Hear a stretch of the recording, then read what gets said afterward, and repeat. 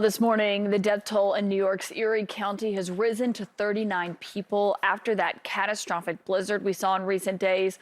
A county executive is warning that sadly more deaths are expected as the crews are clearing roads, conducting these wellness checks of cars that were either stranded or people who were stuck in their homes.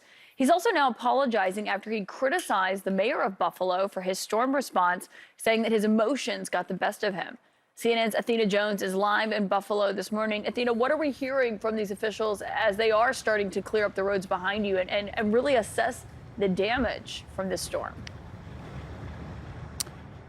Good morning, Caitlin. Well, a lot of the roads have been cleared. As you can see, the temperature has already risen. Trash pickup is resuming today. The city hall already opened yesterday along with the courthouse. So things are very much getting back to normal, but not for these families who may still be missing loved ones. As you mentioned, the Erie County medical examiner has confirmed 39 dead, but the Erie County executive, Mark Poloncarz, said that that number is almost certain to rise because there were several other bodies found, whether in a house or outside, wherever they were found. They need to be autopsied and reviewed by the medical examiner to determine whether they were deaths caused by the blizzard. So we do expect that to go up. You also mentioned him apologizing to the mayor of Buffalo, Byron Brown, for criticizing him for a lack of engagement. He said that criticism was misplaced. He lost his focus and apologized. But the death toll is the one thing we're watching today here in Buffalo.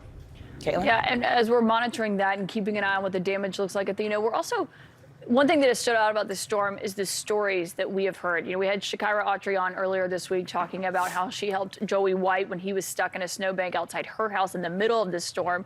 You know, we're hearing so many of these stories. Have any of them stood out to you? Sure. They call this the city of good neighbors, and this is what this story represents. A mechanic, a guy named Jay Wythe, was stuck in the snow at one point. He was trying to drive his car to help a friend. He couldn't make it there. Along the way, he had quite an adventure. He ran into one woman who'd almost run out of gas. She joined his truck. They took turns sleeping throughout that night. Earlier in the night, he tried to go to at least 10 houses, offering them up to $500 to let him sleep on the floor. All of them said, "I'm sorry." They turned him away. So he returned to his vehicle. He and this other woman slept overnight in that vehicle. Eventually, they decided to break into a nearby school because he knew it would have bathrooms and heat and probably food. And so that's what he did this was from Friday to Saturday morning. Early Saturday morning, he did this. Then he went out into the school's parking lot and he found a bunch of parked cars, a bunch of older people who were stranded in their vehicles. So he said, "All of you guys, come on into the school that I've broken into." And that's where they spent the rest of the blizzard till about it was the evening of Christmas Day, and he said, you know, if one of those houses had let me in, I wouldn't have had this opportunity to save so many lives. He said the ages ranged from about 26 years old to around 73. And he left a note in the end at this school, and he said, I just want to read this note. He said, to whomever it may concern, I'm terribly sorry about breaking the school window and for breaking the kitchen.